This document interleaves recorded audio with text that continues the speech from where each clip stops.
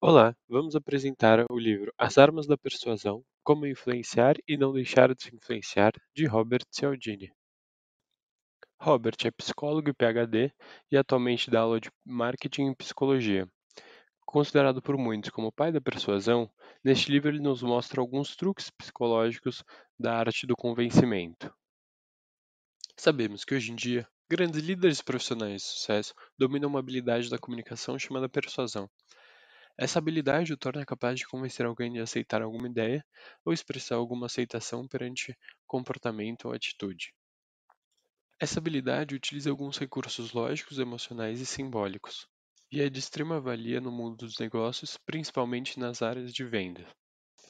A persuasão muitas vezes é confundida com a manipulação. Isso acontece porque ambas são formas de influência, porém possuem características bem distintas. O que elas têm em comum é a tentativa de conectar o vendedor ou produto com o cliente através de pontos em comum para que o façam aceitar alguma ideia ou negócio. Por exemplo, a persuasão utiliza da habilidade de encontrar esses pontos em comum, enquanto na manipulação são falsificados esses pontos para que o cliente se sinta confortável. E é isso que dá o caráter ruim da manipulação. A seguir introduziremos os gatilhos mentais, ou conhecido também como as 6 armas da persuasão.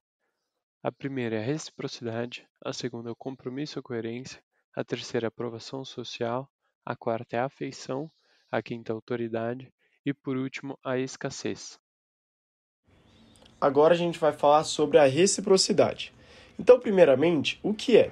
Reciprocidade é aquela sensação de obrigação, é despertada a partir da troca, ou seja, trata-se daquela resposta a um simples favor. Então, eu faço alguma coisa para uma determinada pessoa e ela se sente obrigada, por meio da reciprocidade, de devolver esse favor. Primeiramente, ela é apresentada ao leitor como, apesar de ser imperceptível, já que está estritamente enraizada na cultura humana, essa regra se tornou um mecanismo adaptativo para a evolução da raça.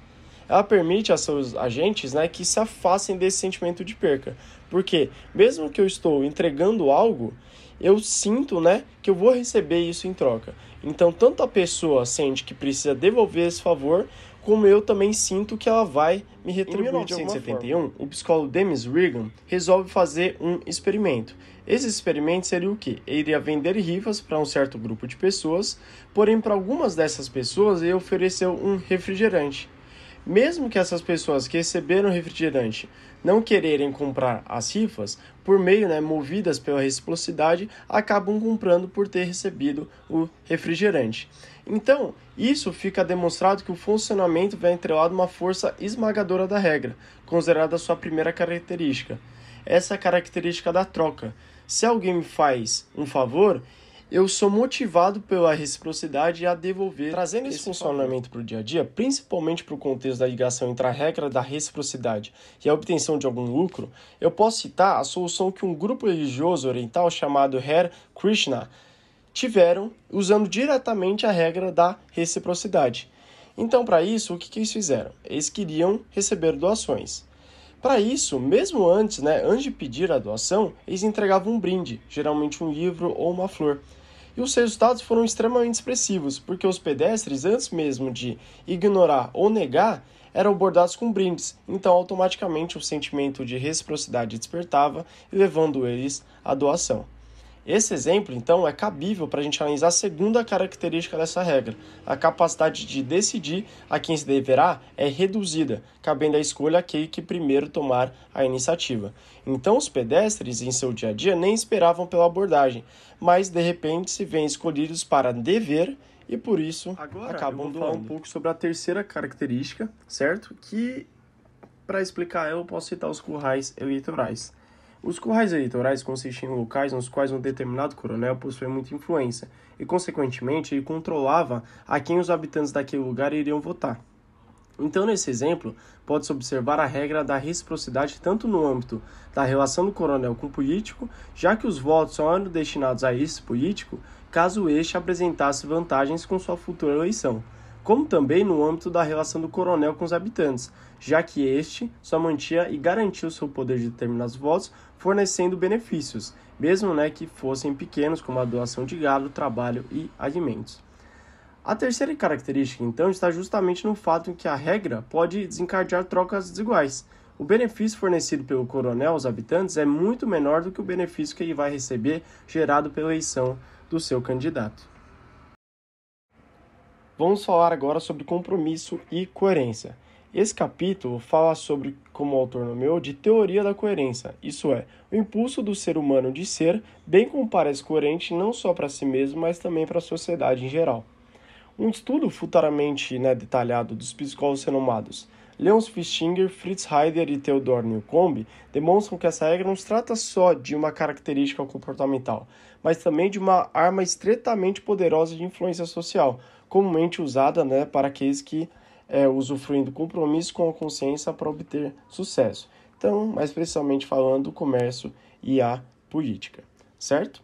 E esse estudo vai nos ajudar a ilustrar o que o autor nomeou como as 3 fontes da regra da coerência, ou seja, por que os seres humanos agem priorizando tanto esse valor. A primeira fonte já foi apresentada. Os humanos, a partir do momento que são inseridos na sociedade, mesmo que inconscientemente, percebem o que gera ou não uma boa impressão sobre sua imagem é a coerência, A coerência é uma delas. Então, por isso, não se trata apenas da relação individual, mas sim das relações coletivas e principalmente das impressões que cada um deseja passar, motivando muitas vezes ações contrárias às suas vontades e opiniões atuais, apenas para a gente passar uma imagem que a gente deseja. Já a segunda fonte versa sobre os benefícios que a abordagem coerente traz para a própria pessoa que adota, Então, apesar de ser um ato involuntário, pensar não é tão simples quanto parece. Pensar como mudar de opinião traz uma série de consequências e se esconder no que o autor chama de fortaleza insensata sempre parece a atitude mais confortável, estimulando, mais uma vez, a coerência automática. Então, um exemplo que a gente pode falar são sobre os políticos, A gente já viu várias vezes políticos firmes quanto aos seus dogmas e opiniões, e mesmo em situações de extremo caos, como guerras e pandemias, nas quais a grande maioria concorda que o posicionamento deveria ser outro, e por mais que aquilo não seja o certo ou que gere questionamentos, essas figuras escolhem ser coerentes com o que haviam dito, muitas vezes até antes do período de mandato, porque o caminho escolhido é o mais fácil, é o mais simples, demonstrando até, às vezes, uma irresponsabilidade governamental, mas individualmente a estratégia. Então, agora, vamos falar sobre a terceira fonte da regra da coerência, Que eu posso dar um exemplo, que é a codificação dos ideais políticos. As pessoas codificam seus comportamentos, opiniões e decisões anteriores e se encaixam em uma determinada ideologia política. Então, a partir desse momento, elas agem com coerência em relação ao que foi decidido em outras situações, sejam elas próprias ou históricas, ao invés de processar cada situação individualmente. Nesse capítulo, Cialdini destaca a aprovação social através da percepção do outro sobre alguém e vice-versa. Ele define esse ciclo como uma consequência da teoria de coerência explicada no capítulo 3, visto que a influência social vai pautar as tomadas de decisões de algum ser. Com isso, podemos traçar um paralelo com o que Sartre disse em 1987, dizendo que, a cada nível da vida, um curto-circuito se estabelece, uma experiência horizontal que contribui para modificá-lo sobre a base de suas condições materiais de partida. Uma criança não vive somente sua família, ela vive também, em parte através dela, em parte sozinha, a paisagem coletiva que a circunda. Dessa forma, Sartre vai evidenciar que o ser humano será sempre um produto das externalizações coletivas. Vai fundamentar a criação e a construção do sujeito desde o seu primeiro contato social. Na área comercial, isso vai se tornar uma estratégia muito forte e vai traçar, inclusive, o comportamento de alguns clientes. Quando você está inseguro com alguma situação ou algum produto, o consumidor vai estar muito mais propenso a aceitar o discurso vindo de algum vendedor ou de algum outro cliente. Quando tratamos do papel de consumo, precisamos entender que a sensação de pertencimento vai vir daquilo que caracteriza determinado grupo, muitas vezes pautado em cima de códigos mercantis. Para Bourdieu, escolher um gosto é, antes de mais nada, a necessidade de distinguir-se de certo grupo e, por consequência, assumir a legitimidade de outro. Ou seja, aqueles que são semelhantes ao ser pautarão a sua conduta, visto que o ser humano busca ser aceito e tem o receio de ser discriminado e sentir-se deslocado. A percepção sobre si mesmo vem a partir da visão do outro, e não sobre a essência de si. Nesse capítulo, Cialdini vai pautar todas as relações de afeto na desejabilidade social.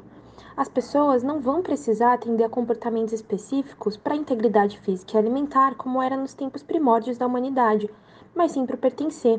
Elas vão desprender da essência do que é ser para si, em busca do conforto de estar entre aquilo ou aquele que ele considerar semelhante, já que é daí que vem a sua identificação.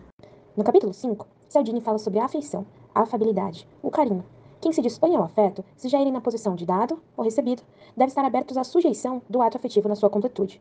Passar por esse processo vai retomar a necessidade mais básica da vivência humana, para além da integridade física, a convivência humana.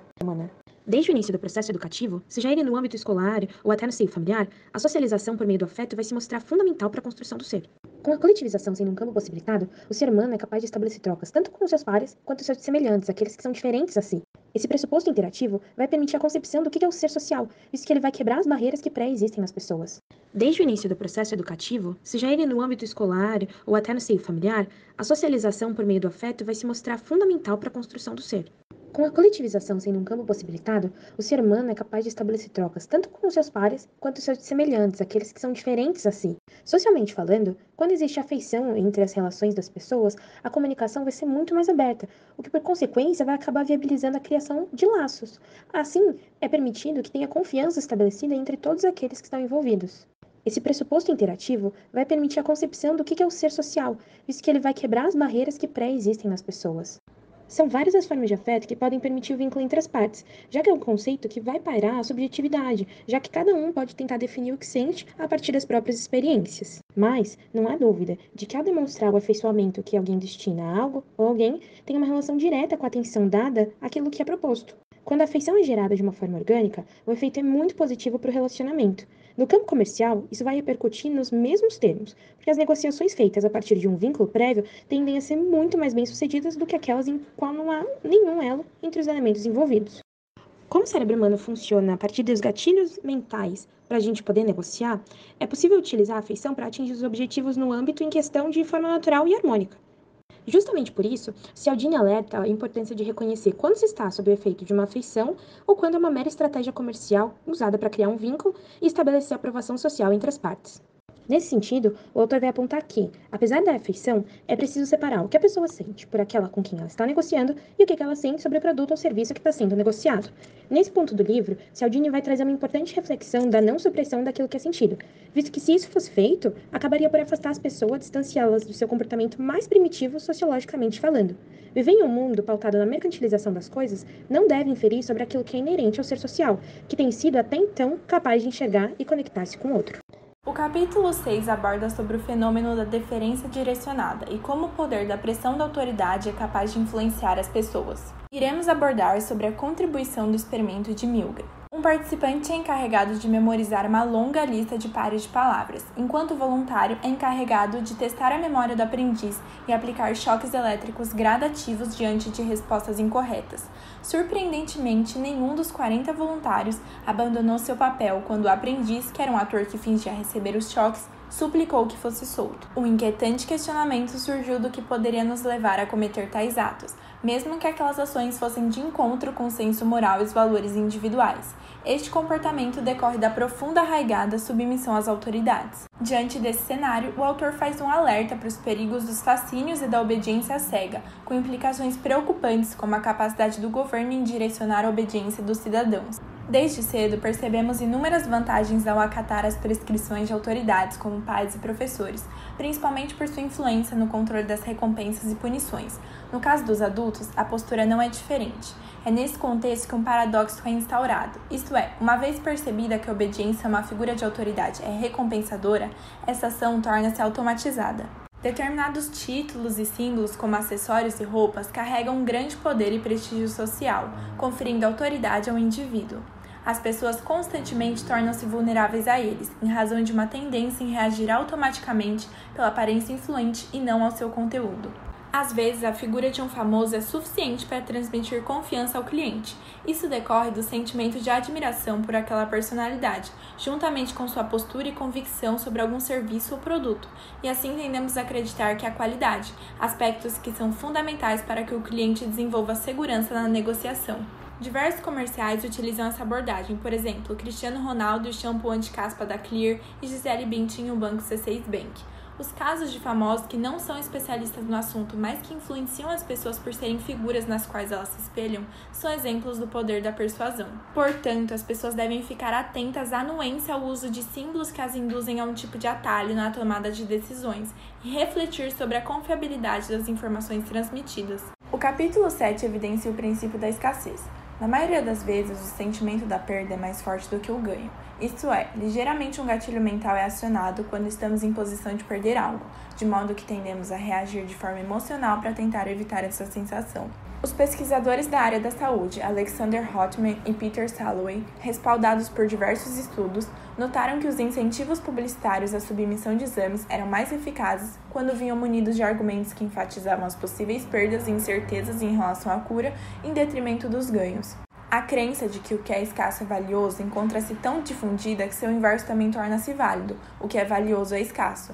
Com a regra da escassez sendo extremamente influente e determinante no valor atribuído às coisas, é natural que os profissionais façam uso dessa operação para proporcionar ganhos aos seus negócios.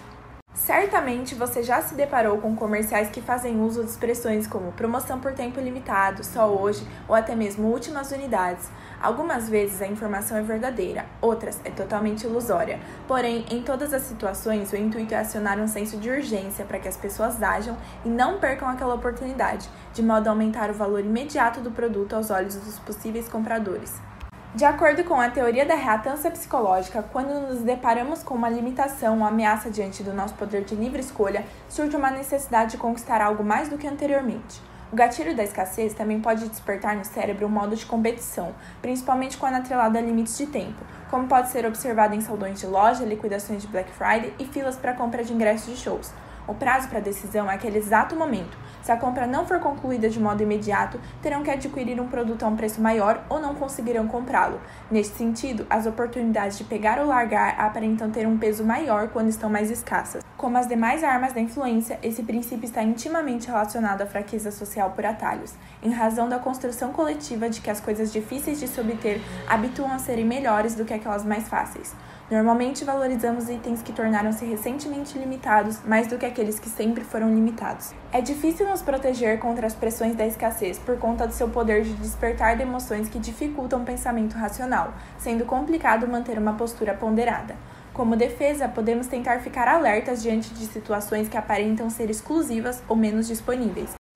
No último capítulo, o autor nos lembra de um ponto fundamental do livro por uma entrevista em que o apresentador de um programa de TV diz que os cabelos compridos de um convidado o faz com que ele se pareça com uma mulher, e o convidado responde que a perna de pau do apresentador o faziam parecer com uma mesa.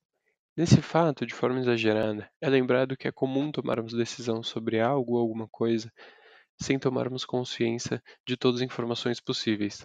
Geralmente utilizamos características parciais e incompletas, e certas vezes isso nos levará a equívocos, já que o nosso mundo é muito complexo para resumirmos dessa forma. Essa forma de agir também ocorre na natureza, e um exemplo dado no livro é a forma em que a fêmea do peru inicia sua relação com os filhotes. Ela confia 100% no som emitido por eles, ou seja, o piar. Os que não piam ela não cuida, e mesmo outros animais que possam artificialmente chegar a emitir o mesmo som, como no teste feito com um animal que seria considerado uma ameaça que estava empalhado, e com uma caixa de som que emitia o piar, ela cuidava dele, mas quando deixava de emitir o som, ela começava a atacar. De início parece ser uma característica ruim, mas no mundo natural tem uma precisão muito boa em relacionar o piar com a saúde do filhote, já que um filhote que não pia não seria saudável, logo não seria eficiente cuidar dele na natureza. Ou seja, na natureza, utilizar esses tipos de atalho é muito eficaz. Porém, nossa sociedade se tornou cada vez mais dinâmica no tempo, com relações mais complexas e frequentes alterações. Somando isso com as novas tecnologias capazes de nos estimular de diversas formas e a todo momento, só podemos deduzir que cada vez mais nossa capacidade cognitiva estará mais distante da quantidade de estímulos que recebemos, já que não evoluímos na mesma velocidade. Isso nos leva a uma frase muito simbólica do livro que é: criamos nossa própria deficiência desenvolvendo um mundo radicalmente complexo. Esse mundo com uma grande complexidade faz com que necessitamos cada vez mais de atalhos confiáveis. Esses atalhos são capazes de nos levar a conclusões de forma mais rápida, sem ter que analisar situações de forma aprofundada, já que no livro pode ser uma perda de tempo no mundo moderno analisar de forma profunda algumas situações em troca de perder outras. E o problema dos atalhos é quando caímos em pistas falsas que nos levam às conclusões erradas.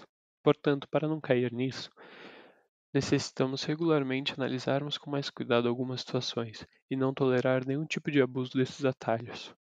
Por exemplo, se em uma casa noturna eles mantêm grandes filas sem necessidade, apenas para passar uma falsa noção de popularidade, devemos nos retirar e avisar aos outros que estão na fila. Isso tudo porque esses atalhos são cada vez mais vitais para o nosso cotidiano.